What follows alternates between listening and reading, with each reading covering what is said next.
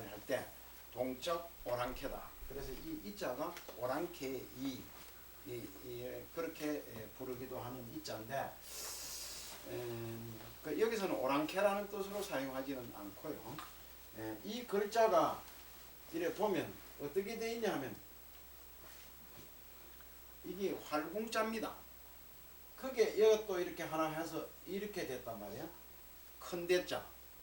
그래 활궁자에 큰 대자를 갖다가 겹쳐놓은 그런 글자예요. 글자인데 이걸 그리고 왜 중국 사람들이 우리를 동이족이라고 하느냐? 우리나라 사람들이 옛날에 활을 잘 쏘았대요.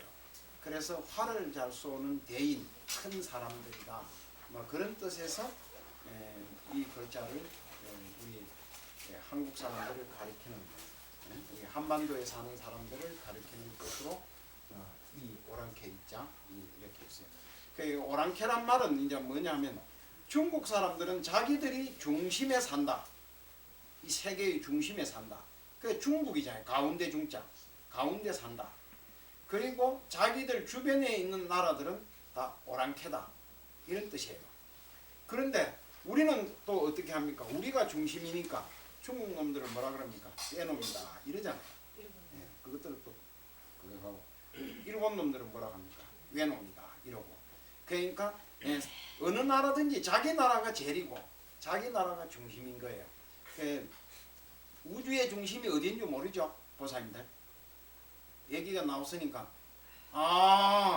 우리 저 보살님이 아주 제대로 아시네. 우주의 중심이 뭐예요? 내가 서 있는데 여기가 우주 중심입니다. 이 우주가 이 크기가 어마어마하게 크고 그 헤아릴 수도 없고 상상할 수도 없을 정도로 크게 생긴 것이 우주이지만 그러나 그 방대한 우주의 중심이 어디냐? 바로 내가 서 있는 거예요. 그래서 임리호림의 우주는 어디냐? 내가 임리호림이 서 있는 여기고 보살님들도 보살님들이 서 있는 그 자리가 보살님들이 인식하고 있는 우주의 중앙이고 중심이다. 뭐 이렇게 얘기하는데요. 그 얘기는 이제 그거는 그렇고 그래 여기에서는 명자가 이게 무슨 명이냐 하면은 멸할 이 또는 무색 색깔이 없다 뭐 그런 뜻에서 무색이 이런 뜻이에요. 그래서 이게 뭐냐? 명이라 하면 빛이 없다 이 소리예요. 빛이 없다. 그 왜 빛이 없느냐? 땅 밑으로 불이 들어가 버린 거예요. 이 불은 뭐냐면 태양을 상징하는데 태양이 땅 속으로 들어가서 숨어버렸다. 그 어느 때가 그렇게 합니까? 지금 이 태양의 입장에서 보면 우주를 참 저게 밤이 없습니다. 태양에는. 그 우리가 지구에 있는 사람이 보니까 해가 서쪽으로 넘어가고 해가 안 보이면 해가 없어졌다 하고 밤이다 이러잖아요. 이러지만 실제 해의 입장에서는 항상 밝아져 있는 거죠. 근데 그러한 태양이 요게 불을 상징 태양은 불이니까 불을 상징하는 이것이 밑에 있고 땅을 상징하는 혼개가 위에 있기 때문에 밝은 불이 땅 속에 들어가 있다. 이렇게 감춰서 그건 뭡니까? 밤을 뜻한다. 이렇게 보면 돼요. 근데 조금 더 이제 얘기를 하자면 간단하게 얘기하면 이 정도로만 끝내도 되지만 그 어둠을 상징하는 건데 그러면 우리가 천지 자연의 이치로 볼 때는 태양이 산 너머로 넘어가서 밤이 되어 끔끔하게 어두워졌단 말이야. 그늘이져서. 이거 우리가 밤이라는 게 딴 게 아니고 태양빛이 저쪽에 가 있으니까 여기가 그늘이졌단 말이에요. 그늘이지니까 빛이 없어져 가지고 끔끔한 겁니다. 그런데 그렇게 되는 것이지만 또 우리가 사람이 살아가는 역사 같은 것을 두고 볼 때 일제 식민치하를 우리가 뭐래? 암흑의 세계다. 이러잖아요. 그때도 낮도 있고 밤도 있지만 뭐입니까? 우리 민족이 수많은 고초를 겪고 그 민족의 영광은 소멸해버리고 사라져서 없어지는 그리고 우리에겐 영광과 그 빛은 없어지고 아주 어둡고 고통만 남아 있으니까 그런 때를 어둠의 시대다 이럽니다. 어둠의 시대. 그래서 우리가 이제 이 같은 시대에 산단 말이에요. 같은 시대에 살지만 어떤 사람은 지금보다 더 좋은 태평성대가 없다 이렇게 얘기하는 사람도 있을 수 있지만 또 어떤 사람은 뭐예요? 지금같이 고통스럽고 힘든 때가 없다 이렇게 느끼는 사람도 있는 거예요. 이게 내가 자꾸 누구 나를 지정해서 내가 이런 얘기를 하면 저 스님은 뭐 자꾸 정치적인 얘기하는데 이 정치적인 얘기를 하는 게 아니고 지와 명의를 설명하는 거예요. 서양서는 뭐입니까? 중세를 갖다가 암흑의 시대라 이겁니다. 그때 왜 암흑의 시대라고 이러느냐? 그때는 다른 사상과 철학이 없어요. 기독교만 있는 거야. 기독교 안 믿으면 무조건 다 죽여버립니다. 종교 재판을 해서. 같은 기독교를 믿어도 같은 기독교 믿는 사람끼리 저는 밉잖아요. 미우면 뭐라 그러냐면 저는 악이다. 사탄이다. 이래가지고 죽여버려요. 죽이는데 그냥 죽이는 게 아니야. 화형식을 해서 죽입니다. 그때부터 지금까지 다른 종교에도 그런 게 없지는 않겠지만 기독교의 역사는 뭐예요? 이단과 자기 뭐라고 해야 될까? 전통과 이단의 싸움이야. 지금도 그래가지고 기독교인이 없으니까 마음 놓고 얘기를 하는데 새천지라고 하는 신천지라고 하는 기독교가 나오는데 거기에 교주가 이만희라고 하는 사람이에요. 지금 전체 기독교인들이 다 들고 일어나서 신천지를 막 비난하고 욕하고 야단이 났습니다. 우리는 그 교회 안 가니까 지금 모르는데 그러면 신천지에 있는 사람들이 내가 신천지다 이마박에 붙이고 다니질 안 하잖아요. 그래 와가지고 교회에 와가지고 살살 꼬셔가지고 이거 이런 데는 성경을 제대로 가르치는 데가 아니고 엉터리다.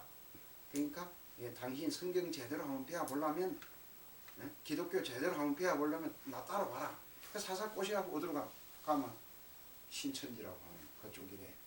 그래 막 그 사람들이 행사를 한번 하면 서울에 그 종합운동장 같은 거 이런 거 빌려가지고 수만 명이 모여서 막 어마어마하게 행사를 하고 지금 그렇게 해요. 그렇게 하고 있는데 그래가지고 뭐예요? 기성 기독교 세력과 새롭게 등장한 신천지라고 하는 기독교 세력 간에 이단 싸움을 하는 거예요. 신천지는 뭐예요? 지금 기성 기독교를 향해서는 가짜다. 너는 이단이다. 또 지금 기성 기독교에서는 신천지를 향해서 너는 이단이다. 가짜다. 이렇게 해요. 그러면 어때요? 이제 중세 때에도 우리가 그때는 그 부귀영화를 누리고 기독교 덕을 많이 본 사람들은 그때보다 더 좋은 때가 없다고 그럴 거 아니에요. 그런데 왜 역사가들이 그때를 기분 나쁘게 암흑의 시대라고 해요. 그때는 기독교 사상 아닌 사상을 얘기하고 기독교 철학이 아닌 철학을 얘기하는 사람은 무조건 이단으로 지옥하고 죽여버립니다.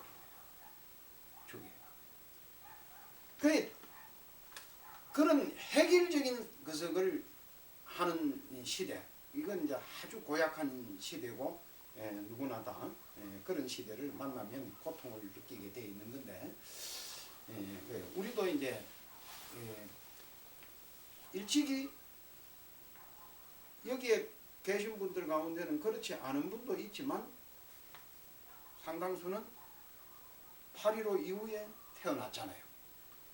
그런데 우리가 8.15 이후에 태어나서 지금까지 인생을 살아오면서 우리 시대를 이렇게 살지만 우리 시대를 벗어난 사람들의 입장에서 보면 우리가 살고 있는 이 시대를 암흑의 시대라고 얘기할 수도 있다는 거예요. 우리가 한 거꾸리를 뒤집어 놓고 생각하면. 그 왜 그러냐? 우리 시대는 뭐가 지배하는 시대냐? 반공 사상이 지배하는 시대입니다. 이 대한민국이라는 이 한반도 안에는. 그래갖고 빨갱이 가면 막 그냥 그 사람이 진짜 빨갱이인가 아닌가 이런 것에 대한 구체적 점검도 없이 막 그럼 막 잡아다가 무조건 막 고문하고 때리 패고 막 그냥 해갖고 그래 죽은 사람이 한둘이 아니야. 6.25 때 전쟁하면서도 총 들고 나가서 총 들고 싸우다가 군인이 적군한테 저 북한 인민군한테 총 맞아 죽은 거는 그래서 죽었다고도 하지만 그렇지 않은 사람도 많이 죽었어. 왜 죽었냐? 그냥 학살을 시켜버리는 거예요. 막 마을 사람들을. 그 왜 학살을 시키냐? 이건 빨갱이다. 이거예요, 그냥. 네, 그런 시대를 우리가 지금 그런 살아왔는데 지금 그런 시대가 없어졌느냐? 지금도 여전히 진행하고 있다. 그런 것이. 그 요즘 뭐 보면 인터넷에도 보면 그렇고 뭐 어디도 보면 종북 잡발이니 뭐 이래서는 뭐 말을 들어보셨나 보는데 저는 모르겠는데 너무 많이 하면 또 이상하게 생각할 수도 있으니까 그렇게 되는 시대예요. 그런 걸 상징하는 쾌야. 그 어두움, 밤을 상징하는 쾌란 말이에요. 그럼 이럴 때는 이제 이런 쾌가 나와서 이런 때를 만나면 어떻게 해야 되겠어요? 이 주역이 이제 그걸 가르쳐 주는 거야 이제. 이런 때를 만난 것은 어떻게 하느냐? 푹 휴식을 취하고 잠잠히 엎드리기 있는 게 제일 좋다. 엎드려서 있는 게 움직이지 않는 것이 제일 좋다 이랬어요. 그러면서 조용히 때를 기다려라. 그러면서 또 뭐라고 하냐? 겨울이 깊어지면 봄은 가까워지고 계절로 말하면 이 명이 어두움은 어떤 게 겨울이잖아요. 겨울. 봄이 오면 밝음이고 이렇게 되잖아요. 그러니까 어둠이 깊어지면 새벽이 가까워. 이런 뜻이 그래서 조용히 때를 기다려야 된다. 이게 지금 8.15 이후에 반공 이데올로기가 지배하는 시대가 됐는데 우리는 그런 게 지배하는 시대에 태어나서 그런 걸 지배하는 시대에 살다가 그런 걸 지배하는 시대에 죽게 생겼어. 이게 보면 우리 내가 그 6.25 직후에 태어난 사람인데 지금 60이 넘어버렸잖아요. 근데 지금도 여전히 우리 사회가 뭐냐 그런 암흑의 사회야. 우리가 볼 때는 자유롭게 말하고 자유롭게 생각하고 그렇게 할 수 있는 사회가 아닙니다. 이게 지금 현재 우리가 보면 그래 명의의 시대다. 뭐 이렇게 얘기할 수 있을 것 같이 되는 거예요. 역사적으로는 중국의 주나라라고 하는 이 주역이라고 하는 사람을 이게 주역이라고 할 때 이 주자 한문으로 이렇게 씁니다. 이 주. 역자는 이제 뭐 잘 아시는 것처럼 이렇게 쓰는 건데 이게 주는 이게 무슨 뜻이냐? 주나라라고 하는 나라가 있었어요. 이 주나라를 건국한 사람이 누구냐 하면 무왕입니다. 무왕. 노무현 할 때 무자, 무술 할 때 무자, 막 하는 그 무자예요. 근데 그 무왕이라고 하는 사람의 아버지가 뭐냐? 문왕이야. 그 사람은. 그 문왕인데 그 문왕이라는 사람이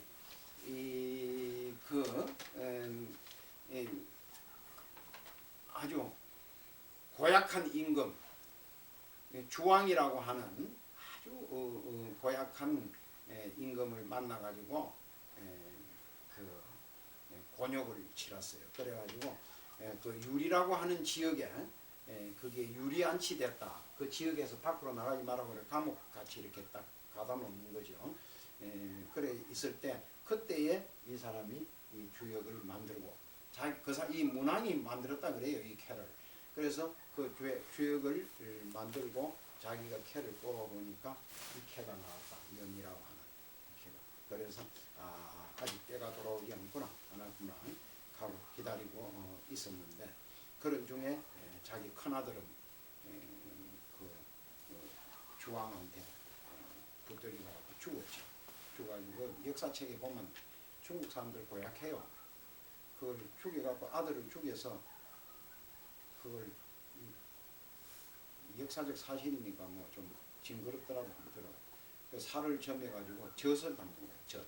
우리 젓갈 하는 거 있잖아요. 젓갈. 소금에 절여서 젓갈을 담아가지고 그걸 먹으라고 문왕한테 보냈다. 하는 그런 역사적 기록도 있고 그래요. 그래서 그러한 수모를 겪고 잘 몸을 보장하고 참아 견딘 관계로 그 아들인 무왕이 일어나서 천하를 통일하고 주나라라고 하는 큰 나라를 제국을 건설했다. 뭐 이런 뜻이에요. 그런 행인데 그 아울러 오늘은 우리가 이거는 이제 우리 계속 듣는 박형룡 씨나 심심의 보살을 의식해서 내가 몇 가지 중요한 얘기를 가지고 나왔으나 그 얘기를 하기에 앞서서 몇 가지 좀 설명을 하려고 해요. 이제 내가 지금까지 설명한 거 보면 시와 명의 하면 그것만 가지고 얘기한단 말이에요. 근데 주역 책을 이제 집에 가면 다 하나씩 가지고 계실 걸로 봐요. 그거 보면 요거 하나하나의 번호를 매겨가지고 요걸 해석을 다 합니다. 그래, 이걸 효라고 그래요. 효. 한문을 쓸 때는 요렇게 아이고 이거 뭐 요렇게 쓰는 건데 그 효. 그래 그 요걸 해석하는 것을 효사라 이랍니다. 효사. 그래서 오늘 효사에 이게는 이제 명의라고 하는 이 캐는 효사가 어떻게 되어 있느냐. 이게 그 맛보기로 내가 살짝 한번 하는 거예요. 초구 제일 처음 구는 양을 뜻한다 그랬죠. 그 양이 나와 있으면 구를 붙여갖고 처음 구라고 하는 이 양의 것은 해석이 어떻게 되느냐 하면 어둠이 깃들면 새도 날개를 접고 둥지로 돌아옵니다. 초저녁에 해당되는 게 이제 날이 저물어서 어두워지잖아요. 이 어둠인데 처음 어둠이 시작하잖아요. 그러면 저 밖에 먹이를 사냥을 나와서 이런 나갔던 새들이 둥지를 찾아서 저녁 낮에 돌아오잖아요. 돌아오는 그런 개예요. 그러니까 우리가 아까 얘기했듯이 시대적으로 그때 한다 할 것도만 다시 또 광풍이 내려치고 어둠이 시작되겠구나. 빨리 위험이 들어닥치기 전에 퍼뜩 어디 안전한 곳으로 피해서 있어야 되겠다. 뭐 이런 뜻도 되죠. 그리고 두 번째 이거는 음이니까 음의 숫자는 6이니까 6, 2호 뭐 이렇게 해도 돼요. 그냥 2호라 해도 돼요. 그 괜히 못 낸다고 하는 건데 요게 1호, 2호, 3호, 4, 5, 6 이렇게 이제 하면 되는 겁니다. 그런데 2호 튼튼한 말을 얻어타면 어둠을 뚫고 지나갈 수 있을 것이다. 이런 해석이 붙어 있어. 굉장히 그거 한문으로 하면 시적인 것인데 이게 우리가 해석을 해놔도 재미있잖아요. 튼튼한 말을 얻어타면 추적해 와도 나를 추적해 와도 따돌리고 내가 먼저 빨리 도망갈 수 있을 거 아니에요? 응? 누가 나를 잡으러 온단 말이야. 이게 이제 지금 나를 탄압하고 나를 고초를 겪게 하도록 하기 위해서 오더라도 능히 피해서 달아날 수 있다. 그러니까 못 달아나는 사람은 어때요? 튼튼한 말이 없으면 못 달아나죠. 그래서 미처 그 날개를 접고 둥지로 찾아서 숨어들지 못한 사람은 이때에 들어가면 어떻게 되냐. 튼튼한 말이 있으면 피할 수 있지만 그러면 못 피하는 거예요. 세 번째, 그거는 또 양이잖아요. 이거는 너무 서두르지 마라. 이제 숨어들었단 말이에요. 피하고 위험을 피하고 있지만 어떻게 돼요? 아직까지 서둘지 말고 가만히 있어라. 뭐 이런 뜻이죠. 그 네 번째, 이게 이제 이 시적이야. 떳떳하지 못한 방법을 써도 상관없다. 이런 해석이 붙어 있어요. 그 효사가 떳떳한 하지 못한 방법을 써도 왜냐? 살아남으려 그러면 정의로운 방법으로만 가지고는 이런 어둠의 시대에는 살아남기 어려운 거예요. 그렇기 때문에 편법을 사용해도 크게 허물되지 않는다. 이런 뜻이죠. 네. 그 우리가 일제시대 때 그래서 일제시대 때 이래 만나서 참 그한데 일본 순사를 피하기 위해서는 어떻게 돼요? 네? 손에 뭐 짱돌이라도 들고 있으면 뒷꼭지라도 한번 까야 되는 것이지. 아이고 그게 뭐 그런 방법은 남자가 옳지 못한 방법이다. 이렇게 하고 그렇게 할 계제가 아니다. 다섯 번째, 어둠이 극도에 이르렀다. 이번 다섯 번째. 다 끝나가잖아요, 호사가. 내 뜻을 꺾지 말고 몸을 깨끗이 지내라. 이제 어둠의 시대가 이제 새벽이 다가오니까 끝까지 잘 견디면 된다. 뭐 이런 뜻이죠. 그리고 여섯 번째, 곧 어둠은 땅 속으로 들어갈 것이다. 반대란 말이에요. 해가 땅 속으로 들어가면 어둠이 시작되지만 어둠이 땅 속으로 들어가면 어떻게 해요? 해가 솟고 밝음이 되는 것이요. 그래서 못된 임금은 몰락할 것이다. 뭐 하는 그런 뜻이에요. 그러면 이게 효사에 해석이 들어있다. 보살님들은 무슨 소린가 하고 지금 현재 그것을 하는데 그 어려운 이야기는 요것으로서 끝내겠습니다. 쉬운 얘기 할 테니까 보살님들은 오늘 듣는 것을 위해서 맛보기로 가져온 게 있어요. 아까 법당에서 추운데 짧게 얘기를 했습니다만은 법문 듣느라고 또 뜨면서 고생들을 하셨습니다. 했는데 더불어 그걸 이어서 얘기를 좀 할게요. 효에 대해서 얘기를 합니다. 유교의 철학은, 유교의 사상은 제일 중심이 뭐냐 하면 충효입니다. 충효. 이게 뭐 글자가 제대로 안 써지네. 충효. 그 충효인데 이제 지난번에도 전에도 한번 내가 어떻게 간단하게나마 말씀을 드렸던 바가 있었던 것 같아요. 근데 이 충에 대해서도 역사적으로 왜곡된 해석이 있었어요. 많아. 그런데 효에 대해서도 역사적으로 왜곡되고 그릇되게 해석된 부분이 없지를 않다. 이런 거예요. 그 충이라 하는 게 임금한테 목숨을 바쳐서 무조건 맹종하는 것을 일러서 충이라고 하지 않는다. 그러면 충의 본래 뜻은 뭐입니까? 유교의 중용을 실천하는 걸 충이라고 하는 거예요. 중용. 다음에 내가 중용에 대해서 한번 또 그럼 중용이 뭐냐 이래 되면 또 자꾸 그걸 해석하려고 하면 꼬리에 꼬리를 물고 이어지니까 오늘은 거기까지만 얘기하는데 이 중용을 실천. 그래 가운데 중자잖아요. 그래 밑에 마음 심자잖아요. 그 우리가 이 중이라고 하는 것을 잘못 이해하면은 어떻게 했냐면은 이래 돼 있단 말이에요. 이게. 이게 언덕이 있고 여기에 있잖아요. 가운데 있으면 이게 중인 줄 아는데 그래서 우리가 중립을 취한다 이러잖아요. 집에서 엄마하고 아버지하고 싸우는데 자식이 엄마 편 들을 수도 없고 아버지 편 들을 수도 없으니까 아마 우리는 중립을 취하겠다. 가만히 있겠다. 그게 중이 아니에요. 여기서 얘기하는 중은. 그런 게 아니고 엄마와 아버지가 다투는데 어떤 것이 옳은 것인가 바른 것인가가 있을 거 아니에요.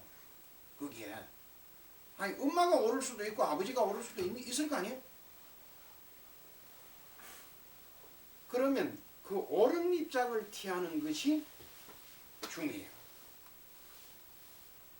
그래서 중은 뭘 의미하는 거냐? 정을 의미하는 거예요. 정. 요 가운데 발을 정자 이렇게 예. 정을 의미하는 것이다. 중은.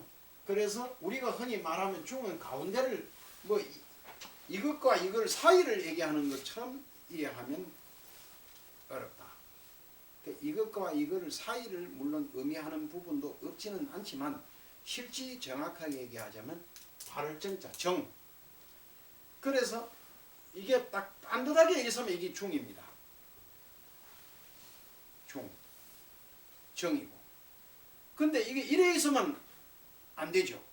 그럼 넘어져 버리잖아요. 이쪽으로 넘어지고 이래 이쪽으로 넘어지잖아요. 그래 반듯하게 서 있는 것 이걸 그 이제 그 중이라 그러는 건데 거기에 더불어 이제 뒤에 있는 효란 말이에요. 이 효도 이제 글자가 한문 글자를 이렇게 보면 요거 선비사자입니다. 선비사자. 요거 해초리야. 해초리는 뭘 상징하는 거야? 때리라는 걸 상징하는 게 아니고 가르침을 상징하는 거야. 선비가 해초리를 들고 자식을 가르치는 걸 뭘 가르쳐야 돼요? 효를 가르치는 거예요. 그래 그 효를 가르치는 문이 뭐예요? 요 거랄 문자예요. 이게 교야. 교. 교 이러잖아요. 여기 한 글자가 이렇게 되는 거예요. 그 한문이 이렇게 배우면 한문이 쉬워. 그 선비가 해초리를. 이게 옛날 사람들은 만행의 근본, 우리가 인간으로서 태어나가지고 해야 할 근본이 뭐냐? 효인 거예요. 효. 그래 배우는 걸 우리가 가서 요즘 뭘 배우는 거냐? 공자라든가 맹자나 이런 사람들은 가르침의 가장 근본, 그게 효인 거예요. 어디 가서 이제 효를 실천하지 않으면 뭐냐면 저는 배운 데가 없는 놈이구나. 예. 그러는 거예요. 아무리 그 글을 많이 읽고 책을 많이 읽고 머릿속에 지식이 많이 들어 있어도 그게 이제 아주 쌍놈이 되는 거지. 예. 그래서 공자의 기본 사상이 뭐냐면 우리가 부처님은 자비 아닙니까? 자비. 이제 자비인데 자비고 공자의 사상은 뭐냐면 인이에요. 인. 근데 자비와 인은 같은 겁니다. 사실은. 이게 뭐냐면 해석하면 그냥 사랑이야. 사랑. 근데 뭘 사랑이냐? 이게 우리가 하는 공자의 말씀이에요. 효와 여기 이제 그 효하니까 우리가 자꾸 효만 하는 게 아니고 원래는 한 글자로 표현할 때는 효지만 두 글자로 표현할 때는 제입니다. 제. 효제. 그래서 아들이 아버지를 받드는 것을 효라고 하고 아버지가 아들을 친애하고 사랑하는 것을 제라고 합니다. 제. 그래서 일방적으로 아버지는 부모는 아무것도 안 해도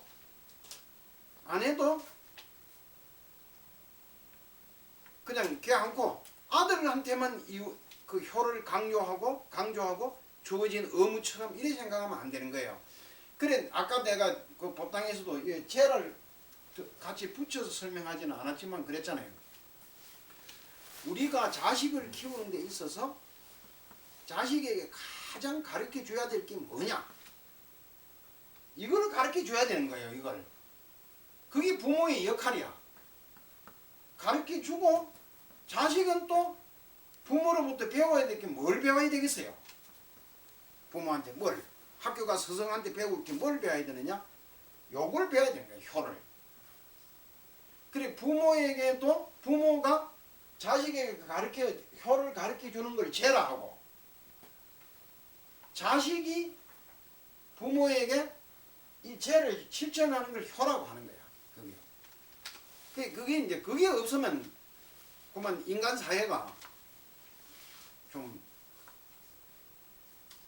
제대로 안 되는 거죠. 그 좀 심한 말로 하자면 개판이 되는 건데 지금 현재 우리 사회가 어떤 의미에서는 개판이 되고 있다.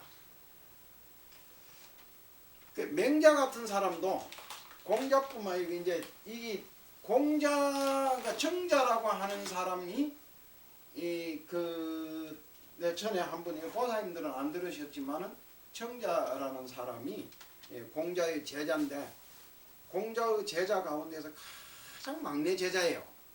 그래서 공자하고 나이 차이가 한 45살인가 얼마까지 이렇게 난다 그래요. 그럼 굉장히 나이 차이가 많이 나는 거예요.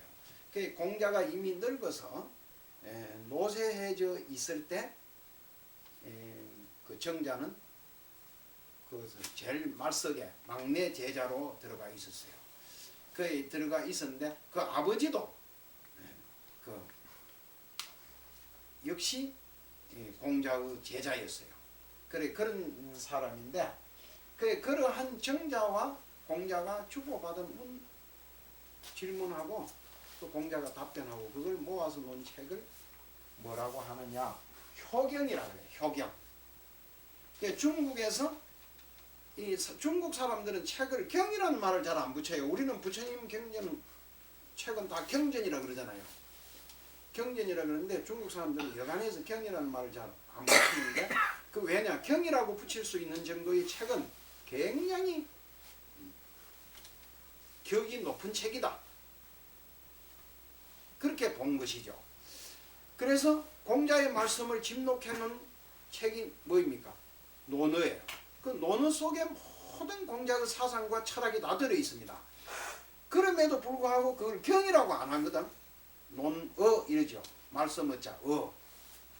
그런데 유일하게 처음부터 만들어서 경이라고 하는 명칭을 붙인 것이 뭐냐? 효경이라는 책이에요. 그래서 효를 가리키는 것을 그 옛날에는 서당에 가면 천자문 떼고 소학 떼고 그러면 막 바로 효경을 가리키는 겁니다. 그 중요하게 생각하는 책인데 오늘날에서는 그걸 잘 그런 책이 있는가도 잘 모르는 그런 지경까지 있다. 그런데 불교에서도 제일 중요한 것이 뭐냐? 이게 이 효경에 중요한 것이 아니라 효경에 버금가는 것으로 중국에서 만들어진 부처님의 경전이 있어요. 그게 뭐냐? 부모은중경이라고 하는 책이에요. 그래서 우리가 탕구 스님은 용주사 스님인데 그 용주사는 어떤 사찰이냐? 그 부모은중경을 소위 경전으로 하는 사찰이다. 이렇게 얘기할 수 있어요. 그 왜 그러냐? 우리나라 임금 가운데 정조라고 하는 임금이 있었습니다. 그 정조 임금의 아버지가 누구냐? 사도세자야. 임금이 못되고 그 아버지인 영조 임금에게 세자의 몸으로 그 죽임을 당했어요. 아버지가 그 아들을 죽이는데 그 죽이는 것도 그냥 죽인 게 아니고 쌀두지 속에다 넣어가지고 이게 마당에 놔둔 거예요. 그 뜨거운 온육을 양 끝에 놔두었어. 그래가지고 뭐 그 안에서 쌀두지 속에서 뭐 땀 흘리고 탈진돼가지고 그래갖고 뭐 며칠 동안 그 속에 가다 놓으니까 죽어버렸죠. 그 영조가 임금이라는 게 그런 겁니다. 그게 아들도 마음에 안 들면 그래 죽이는 거야. 그게 거석을 하고 그런데 그게 이제 뭐 그것도 참 설명하려고 하면 역사적 그 배경이 참 복잡해요. 복잡한데 그 정조의 그 어머니이기도 한 사도세자의 부인이지. 그러니까 태자 비죠. 그게 해경궁 홍씨라고 그러기도 하고 그 나중에 뭐 거석이 됐는데 그 양반의 친정 아버지가 노론 거석하고는 사도세자하고는 정치적 입장을 달리하는 거야. 그쪽 세력에서 죽였어. 그 마누라가 사실은 뭐예요 그러면? 자기 목숨을 걸고 자기 신랑 편이 돼야 될 거 아니야? 그것도 편이 됐어. 자기 친정 아버지 편이 된 거야. 그런 아픈 역사가 있어요 그 속에. 근데 그 나중에 이제 그게 뭐 그래도 뭐 아들은 잘 키워왔지. 그래도 정조 잘 키워가지고 했는데 뭐 얽힌 이야기가 뭐 연속극 봐서 보사님들도 잘 알죠. 나보다 더 잘 알아. 그 조선 역사는 하도 연속극이 뭐 많이 나와가지고 거의 잘 아는데 실제는 본래 내용하고는 역사적 사실하고는 많이 왜곡되어 있는 경우도 많이 있고 틀리게 흥미 위주로 그렇게 되는 것도 많이 있어요. 그 이산이라고 하는 연속극 있었죠. 그게 그 정조의 이름이 이산이야. 근데 이제 그 자기 그 아버지 그 사도세자의 묘를 그 용주사 옆에다가 써놓고 그래놓고 이제 그 용주사를 원찰로 만들고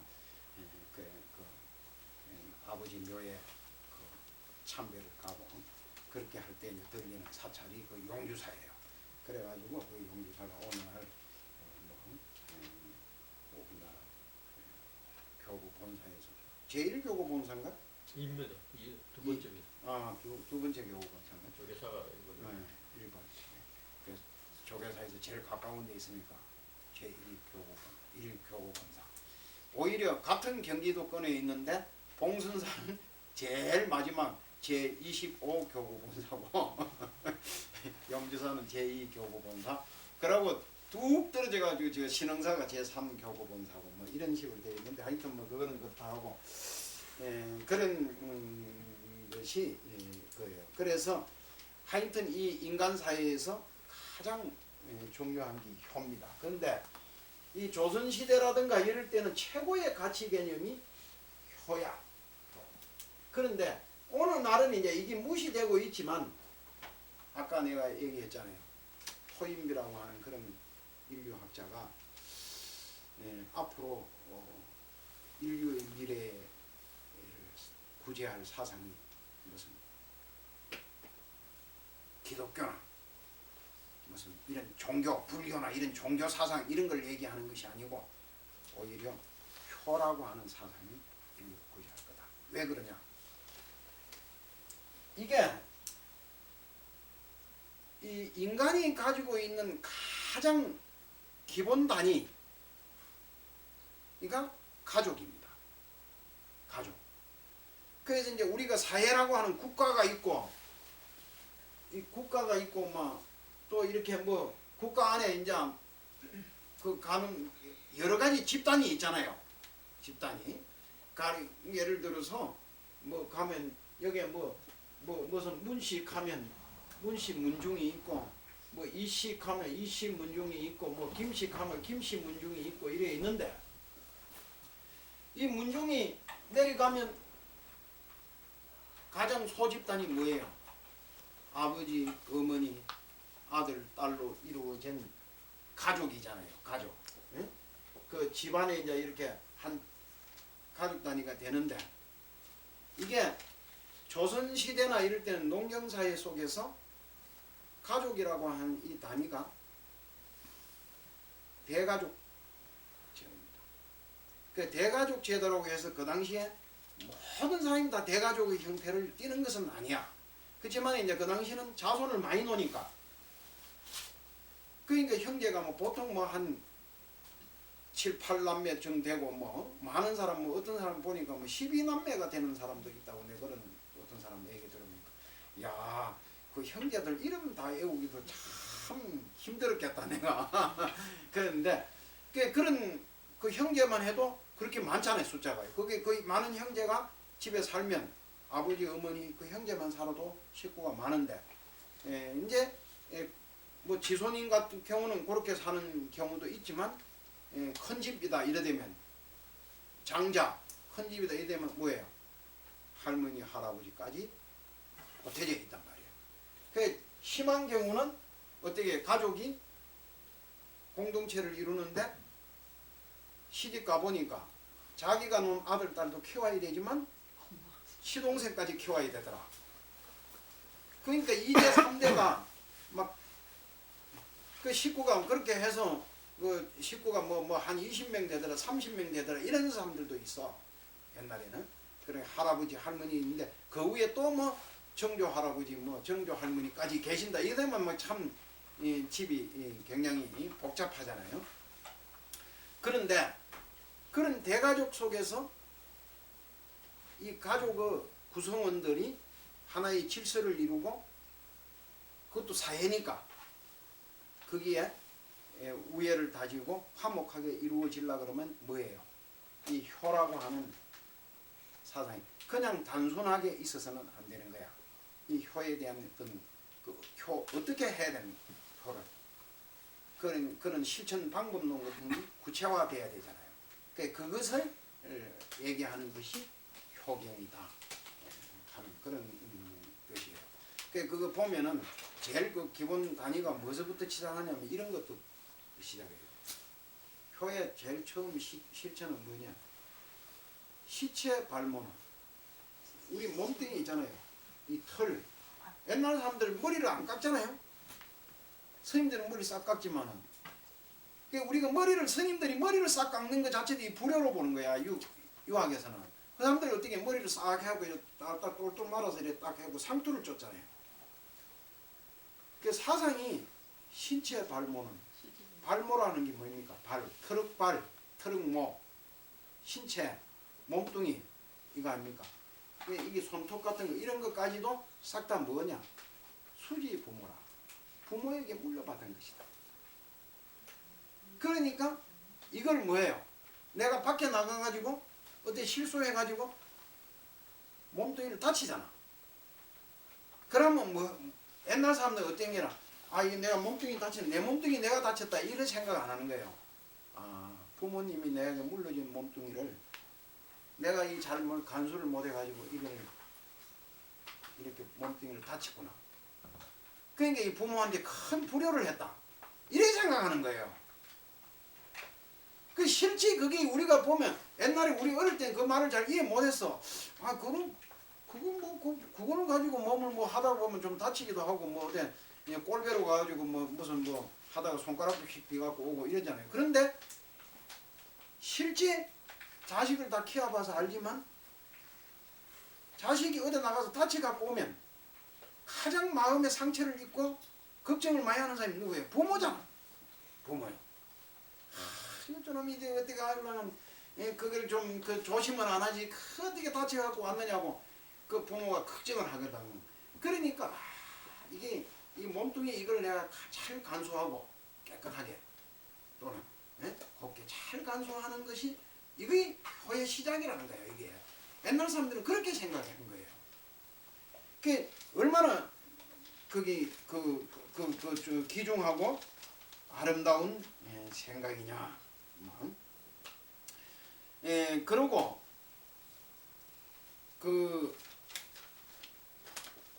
이 효의 이제 아주 근본적인 되는 기본적 단위에만 내가 하나 얘기를 해야 되겠어요. 이 공자가 이제 하는 말인데 이게 뭐 자꾸 써주는 거 이거는 좀 상가해야 되겠다. 한문으로 쓰는 거는.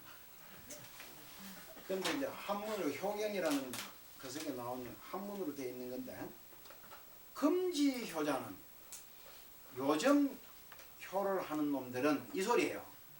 효하는 뭐 사람들은 뭐 이런 데는 금지효자는 시위능량이라. 너니 부모님을 뭐 맛있는 걸 주고 뭐 이렇게 옷도 좀 해주고 그런 것만 할 줄 안다 이거야. 예. 근데 공자가 이제 얼마나 이런 거에 대해서 냉엄하게 얘기했는지 한번 봐요. 지역, 견마, 개, 유양이라. 이게 무슨 말이냐 하면 그렇게 해서 먹이고 입히는 거는 애완용 개도한테도 그래 하잖아요. 개도 뭐 좋은 거 먹이려고 그러고 그것도 해주고 그러잖아. 우리가 부모한테만 하는 게 아니고 개한테도 하는 건데 그걸 부모한테 그거 했다고 그걸 가지고 효락하면 되겠냐? 근데 그것조차도 안 하는 게 요즘 세태잖아 지금. 공자 시대는 그걸 하는 걸 가지고 나무라는 거예요. 그러니까 네 효도하는데 뭐 했냐? 아이고 내 아버지 어머니 참 이거 모시고 있으면서 줘서 공양 잘 받들어 드리고, 옷도 철다라 좀 지어서 드리고 방에 불도 따뜻하게 겨울에 이렇게 해주고 그런 거 합니다. 그러면 뭐 효다니 웃기지 마라. 그거 가지고 네가 어떻게 효락할 수 있냐? 네 그 집에서 키우는 강아지도 맨날 그게 무슨 끌어안고 모욕시키고 뭐하고 그러지 않느냐? 그 내가 어디 가서 누가 강의를 하라 그래. 내가 그걸 얘기했어요. 야, 내가 요즘 사람들 보니까 강아지 모욕시키는 것만큼만 저거 엄마 아버지 모욕 좀 시켜봤냐 내가. 모욕까지 뭐 갈 거 있냐? 너가 아버지 어머니 가서 발이라도 한번 씻어줘 봤나? 발. 큰 늙으신 어머니 너희들 키우고 말이지 그렇게 하니라고 그 손발이 다 이렇게 무디지고 늙어서 뼈만 앙상한 그 손 한번 잡아주고 그거 좀 한번 씻어드려 봤느냐? 그렇게 하는 거예요. 그래서 뭐라면은 불경하이 벼로라. 그게 부모님을 그 은혜에 감사하고 공경하는 마음이 없다고 한다 할 것 같으면 그 개를 키우는 거하고 별 다른 거 없다. 이렇게 가르쳐 주는 거예요. 이 공자의 말씀이라 우리가.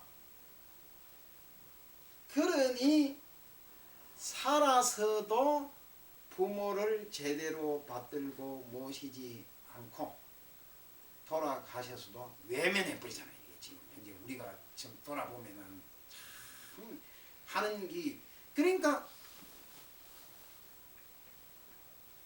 절에나 되니까 우리가 이제 이런 얘기 하는 거예요. 지금 현재 지금 우리가 부모를 방치해 놓잖아. 방치. 물론 노인네가 같이 살기 싫다. 너는 너가 편안하게 살아라. 나는 나대로 편안하게 살단다. 아이 엄마 그렇게 하세요. 어머니 그것도 좋습니다. 그래 하더라도 전화라도 해보고 자주 찾아가 보기도 하고 그리고 늘 마음 하나 한 구석에 애련하게 어머니가 참 여기 연세 드신 어머니가 저렇게 계시는데 나는 편안하게 좋은 차 타고 다니고 좋은 집에서 살고 따뜻하게 있는데 좋은 음식 먹고 이럴 때 어머니 생각도 한번 안 하고 내가 이래서 되겠나? 이런 마음이 있어야 될 거 아니에요? 그래서 어머니를 공경하는 마음, 그런 마음을 가지지 않는다고 할 것 같으면 그것이 개나 말이나 소를 키우는 것과 별반 다른 것이 무엇이 있겠느냐? 그렇게 그 옛날 사람은 그 시에 보면 이런 게 있잖아요. 잔치집에 갔어. 내가 지금도 나도 이제 잊어버리지 않는 건데 잔치집에 갔어요. 가고 보니까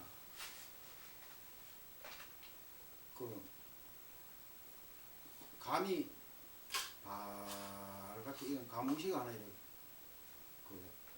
나왔잖아요. 그러니까 반중 좋은 감이 좋아도 보인다.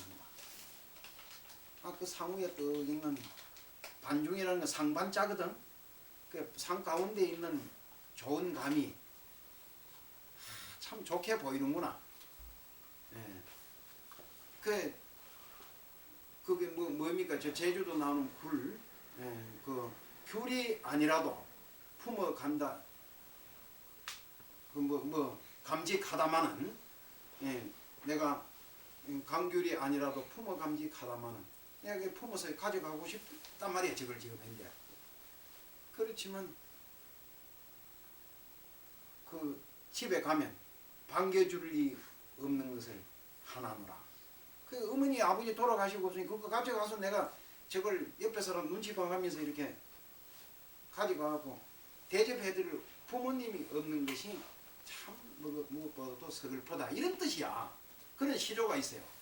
근데 그 부모들은 그럽니다. 옛날 요즘은 뭐 먹을 게 흔한 시대니까 그 뭐 그런 것도 고사하지만 그래도 어디 가면 맛있는 게 있고 좋은 게 있으면 그걸 싸가지고 아이고 우리 애들 갖다 줘야지.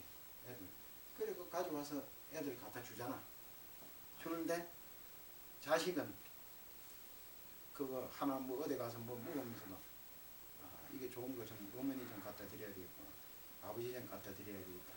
그 가져가는 그 창피하게 그걸 남살스럽게 그런 걸 사가지고 댕기는 이하고 말아버리는 거야. 그런데 저 음식점에 가서 부모님 사다 드리려고 하는 것은 남살스럽게 생각하면서 아, 우리 집에 개를 좀 하나 키우는데 갈비 먹다가 빽다고 저거 좀 아저씨 주인 아저씨 이거 좀 싸주세요. 그냥 가져가서 좀 개를 좀 줘야 되겠다. 그거는 남살스럽게 생각하지 않는 것이 요즘 사람들의 세태다. 뭐 이런 뜻이에요. 그 효에 대해서 말씀을 드렸습니다.